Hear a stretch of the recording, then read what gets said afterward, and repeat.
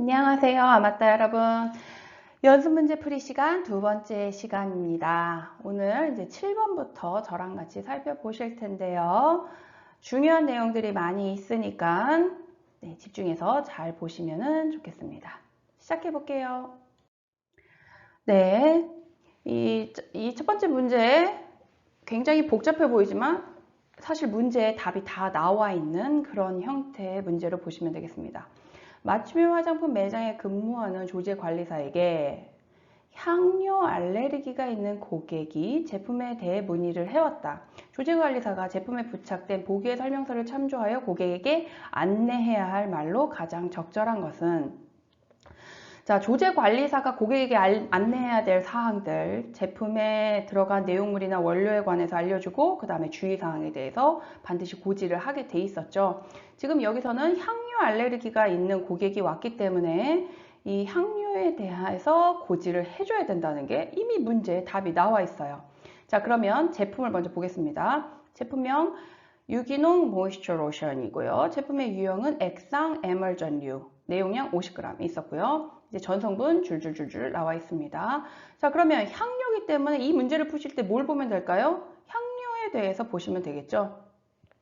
향료, 어떤 걸 기억하셔야 되죠? 네, 알레르기 유발 물질 25종 반드시 외워놓으라고 했습니다. 그 외운 걸 기준으로 보시면 되겠습니다. 이 성분 보실 때 앞에서부터 이렇게 읽어 나가시면 돼요. 앞에서부터 쭉쭉쭉 읽어 나가다 보면 걸리는 게 있죠? 어디서 걸리죠? 참나무 이끼 추출물. 네, 많이 봤죠? 걸립니다. 그 다음에 토코베르 잠탄근, 구연산, 나트륨, 수산화칼륨 나왔죠? 또 걸려요? 벤질, 알코올, 유제놀, 리모넨. 이게 다 걸리네요. 이 성분들 알레르기 유발 물질 25종에 포함되어 있는 물질이었습니다. 자, 그러면 이것들을 보시면서 이 보기를 보겠습니다. 이 제품은 유기농 화장품으로 알레르기 반응을 일으키지 않습니다. 유기농하고 알레르기는 전혀 상관이 없습니다.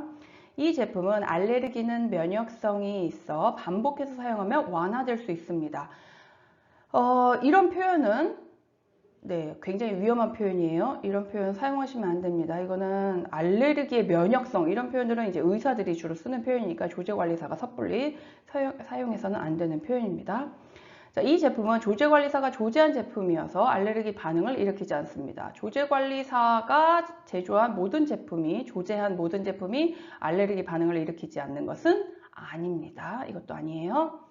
이 제품은 알레르기 완화 물질이 첨가되어 있어 알레르기 체질 개선에 효과가 있습니다. 이것도 화장품에서 기대될 수 있는 사항은 아닙니다. 자, 마지막 이 제품은 알레르기를 유발할 수 있는 성분이 포함되어 있어 사용 시 주의를 요합니다. 답은 5번이겠죠. 비교적 쉬운 문제예요. 문장이 길고 하지만 여기서 문제에서 요구하는 것이 뭔지를 파악을 하면 깊이 생각하지 않아도 바로 답이 나오는 그런 문제였습니다. 네, 주관식으로 출제되기 좋은 문제 중에 하나예요.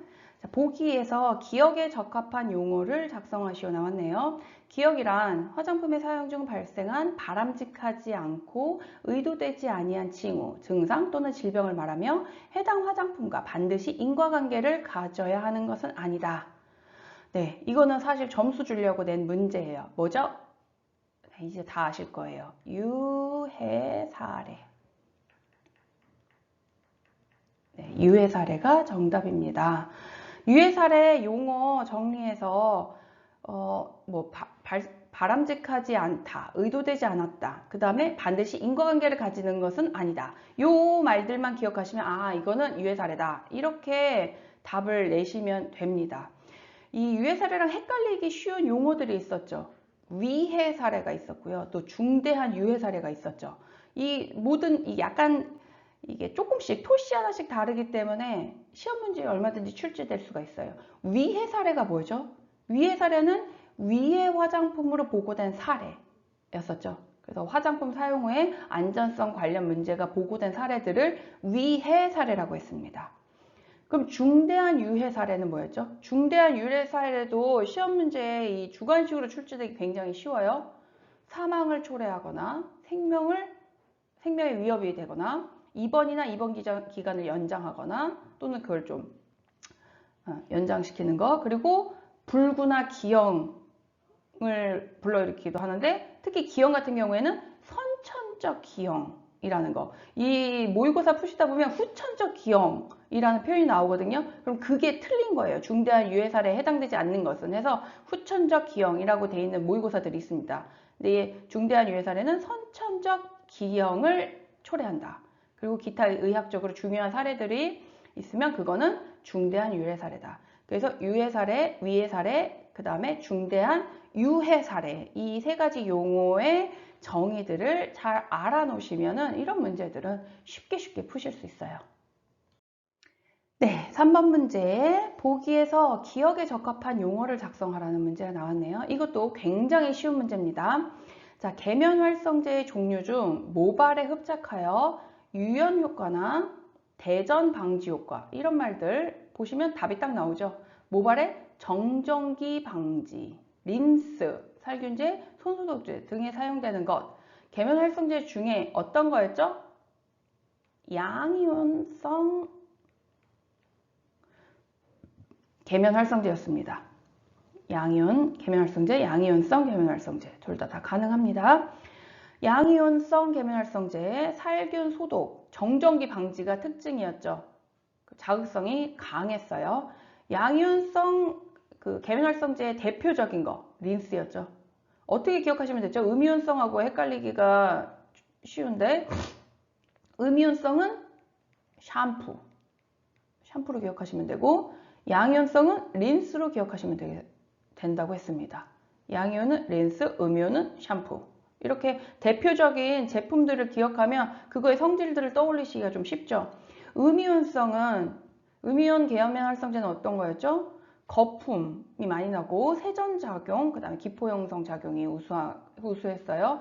비누, 샴푸, 폼 클렌징 이런 것들이 여기에 주로 해당됐고 세정력이 강했어요. 네. 음이온성 계면활성제, 양이온성 린스, 요 키워드들 잘 기억하시면 이런 문제들은 쉽게 푸실 수 있습니다. 네, 4번 문제 굉장히 좋은 문제예요.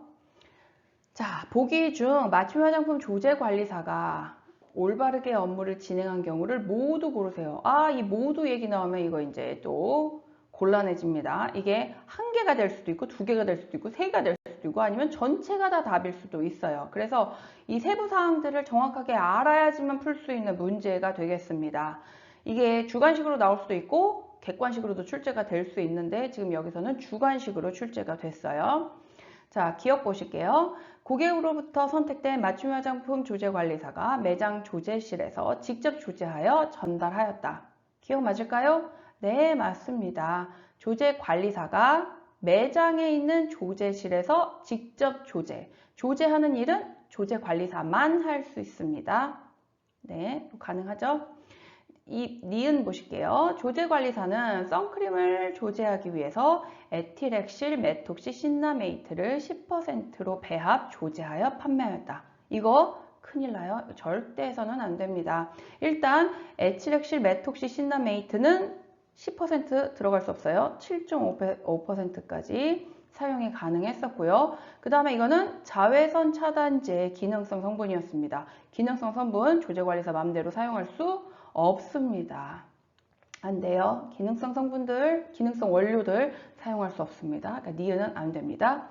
자, 디귿 보시죠. 책임 판매업자가 기능성 화장품으로 심사 또는 보고를 완료한 제품을 맞춤 화장품 조제관리사가 소분하여 판매하였다. 되나요?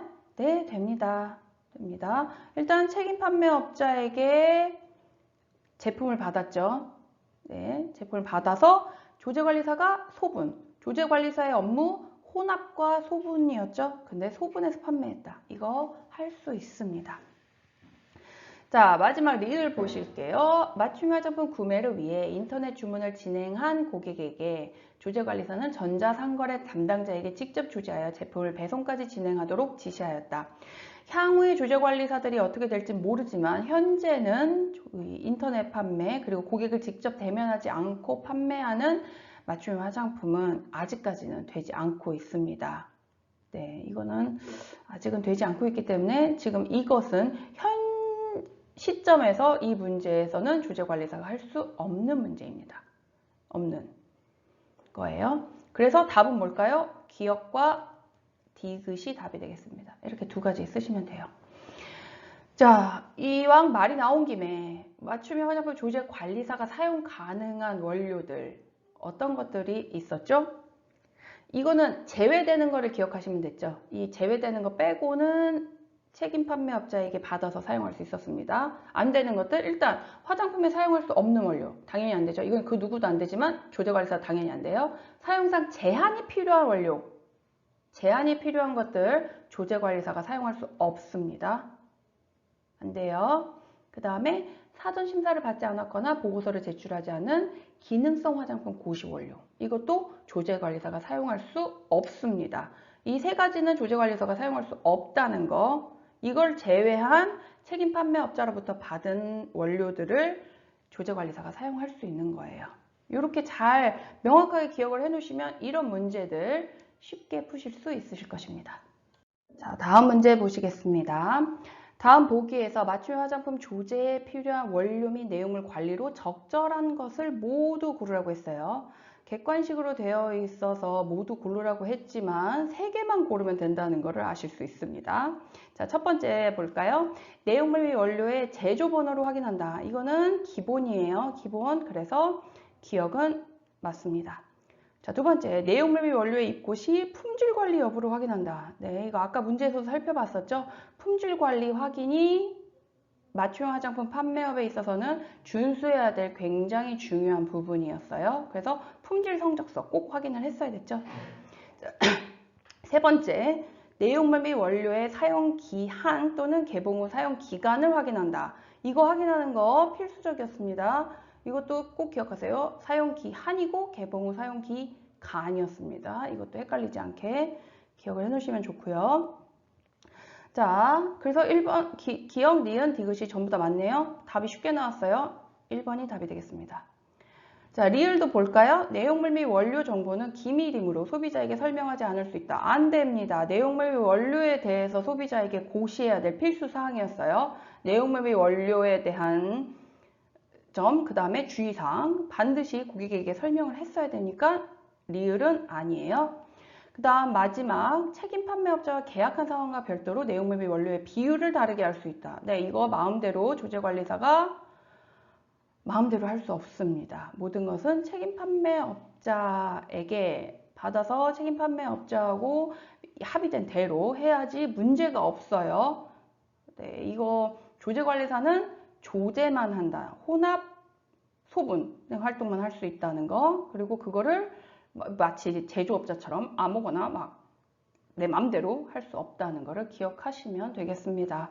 그래서 답은 어쨌든 쉽게 나왔네요. 기억, 니은, 디귿이 적절한 것으로 답은 1번이 되겠습니다. 네, 6번. 맞춤 화장품의 원료로 사용할 수 있는 경우로 적합한 것. 우리 조금 전에도 살펴봤었죠. 맞춤 화장품에 사용할 수 있는 원료들. 제외되는 거 안 되고 나머지 것들이 사용할 수 있었어요. 자, 보존제를 직접 첨가한 제품. 되나요? 안 되죠. 이거는 사용 제한이 있는 원료였습니다. 안 돼요. 자외선 차단제, 기능성 화장품, 기능성 원료예요. 이것도 안 됩니다. 사용할 수 없는 원료를 첨가한 제품, 이거는 그 누가 돼도 안 돼요. 제조업자도 안 되죠. 이거는 당연히 안 돼요. 식품의약품안전처장이 고시하는 기능성 화장품의 효능 효과를 나타내는 원료를 첨가한 제품. 이제 4번하고 5번에서 이제 약간 헷갈릴 수 있어요. 5번 보실게요. 해당 화장품 책임 판매업자가 식품의약품안전처장이 고시하는 기능성 화장품의 효능 효과를 나타내는 원료를 포함하여 식약처로부터 심사를 받거나 보고서를 제출한 경우에 해당하는 제품. 자, 일단 1, 2, 3번은 무조건 안 된다는 건 아시겠죠? 4번하고 5번에서 어떻게 답을 찾아야 될까요? 답은? 네, 5번이 답인데요. 4번, 이거 함정이 있으니까 함정을 보시면 돼요. 여기는 뭐라고 해야 되죠? 기능성 화장품의 효능 효과를 나타내는 원료를 첨가한 제품 이렇게 나왔네요. 식약처장이 정하여 고시하는 원료를 추가해서 혼합이 가능하다. 이게 맞춤 화장품에서 사용할 수 있는 원료입니다. 여기서 기능성 화장품 이 말이 나왔기 때문에 답이 4번이 아니에요. 그러면 5번은 이 말 때문에 이게 가능한 거죠. 그거를 포함해서 이걸 사용할 수, 이 원료를 사용할 수 있는 거는 책판업자가 이미 만들어가지고 우리한테 주는 거예요. 이미 주는 거. 그런 다음에 식약처로부터 심사를 받거나 보고서를 제출해야 그거를 우리가 사용할 수 있는 겁니다. 그냥 기능성 화장품, 효능 효과를 나타내는 원료, 우리 마음대로 사용할 수 없습니다. 요거 이제 굉장히 좋은 문제거든요. 요 4, 5번의 차이를 반드시 기억하시고 문제를 푸시면 되겠습니다. 함정이 있는 문제들에 우리가 절대로 속아 넘어가면 안 되거든요. 그러니까 요 좋은 문제니까 요 문제 꼭 기억하시면 좋겠어요. 네, 저랑 같이 이제 두 번째 시간까지 풀어보셨는데, 네, 굉장히 좀 평이하기도 하지만 조금 헷갈리는 문제들도 있으실 수 있을 것 같아요. 그래도 기본에 충실한 것이 언제나 모든 공부의 첫걸음입니다. 기본에 충실하면 사실 함정들이 아무리 있어도 그 함정들을 넘어갈 수 있는 힘이 생기거든요. 그래서 저희 시크릿 노트와 또 저희 강의와 함께 계속 기본을 공부하시면 네, 조제관리사 시험 문제가 아닙니다. 다 쉽게 통과하실 수 있어요. 자, 그러면 저랑은 또 다음 시간에 나머지 문제들을 풀어보도록 하겠습니다. 또 만나요.